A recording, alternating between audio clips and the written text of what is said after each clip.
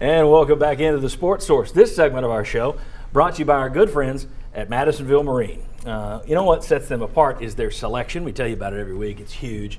You know that their customer service is fantastic, or they wouldn't have been in business for nearly 40 years down there in Madisonville.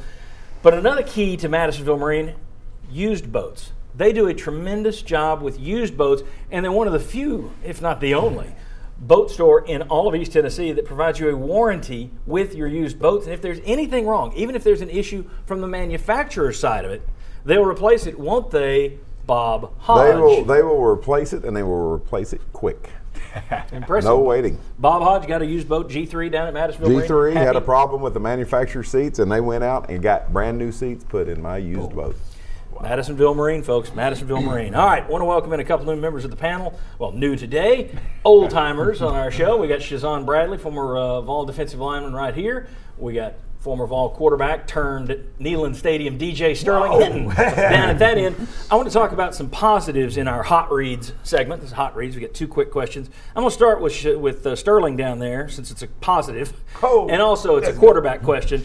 Is Justin Worley the biggest pleasant surprise on this Tennessee team so far? I wouldn't say surprise, but his play has definitely been pleasant. Justin Worley is a former Gatorade Player of the Year coming out of high school. He's also a senior, and this guy wants to win. He's one of the guys that actually taking the onus on his shoulder to say, I'm getting this team to a bowl game because I want to go to a bowl game this year. And his play is definitely showing it, and he's going to get better from where he is right now. So I'm excited for his future in this year's season. Let me throw up some numbers here from Justin Worley just to show you the difference between last year and this year. You see the passing yards against Utah State and Arkansas State, touchdowns, interceptions, all that's good. But at the bottom, pass efficiency, this year he's at 141.0, last year 117.4. Now, last year you get some SEC games thrown in. That number is going to come down from 141. But to date, to me, this guy looks confident in himself, and last year we questioned, there were times when it didn't look like he was comfortable in that read. It's like, do I throw it? There was a little double clutching. Haven't seen as much of that this year. He looks comfortable in the offense too. The best compliment that I heard anyone give Worley after the game was a Twitter, thanks Derek Dooley for burning his red shirt. Because now people would like to see him back in this offense next year. And so I think that's a huge compliment and tells you how well he's playing. And how dumb Derek Dooley was. And how dumb. I'm sorry. I actually saw he threw balls yesterday and completed passes that there was nowhere other place for him to put the ball except for where he put it. Yep. And he put it right on the money every time, kind of like my main man, Eli Manning. He was on time, and you can't beat that. I'm a Patriots fan. Don't bring up Eli Manning. He's had 2 games in his career. And he also did it about to get hit several times. Yeah, that's what really impressed pressure. me. He hung in the pocket, and he threw good passes knowing that he was going to get hit in the face. Yeah, he avoided bad decisions. He had the one interception, which wasn't the smartest throw in the world, but even that one, it was not a terrible interception, so to speak. Jimmy, your thoughts on Justin Worley? You used the 2 words that I used, comfortable and confident. Yeah. And I think that's what you're seeing out of Worley. The other thing is he had a little bit of a shaky start last year, but I thought when he came back after the Florida debacle, I thought he played pretty well until the injury. I thought he did fine against South Carolina and Georgia, and I think you're seeing an extension of that, but I also think you're seeing he's got a better supporting cast at receiver. And as he improves, that receiving core has gotten better too. I think they go hand in hand. Yeah, to me, he is. Let's put it this way. We started the season and said, look, if he can be a manager, that would be a good thing for Justin Worley. Yep. He's not been a manager these first 2 games. He's been a quarterback. Now, I think if anyone is likely to see his numbers dive this week, it's going to be Worley because of what's around him. He's going to need help this week, more help than he's gotten so far even. All right, next positive. We're going to throw this to Shazon, your former position. I think the defensive line has exceeded my expectations. This was a question mark, totally rebuilt. Have they exceeded your expectations? Most definitely. Owen Williams and Damari Mixon, they're ready to be tested. Mixon's all over the field, and that's what you got to have.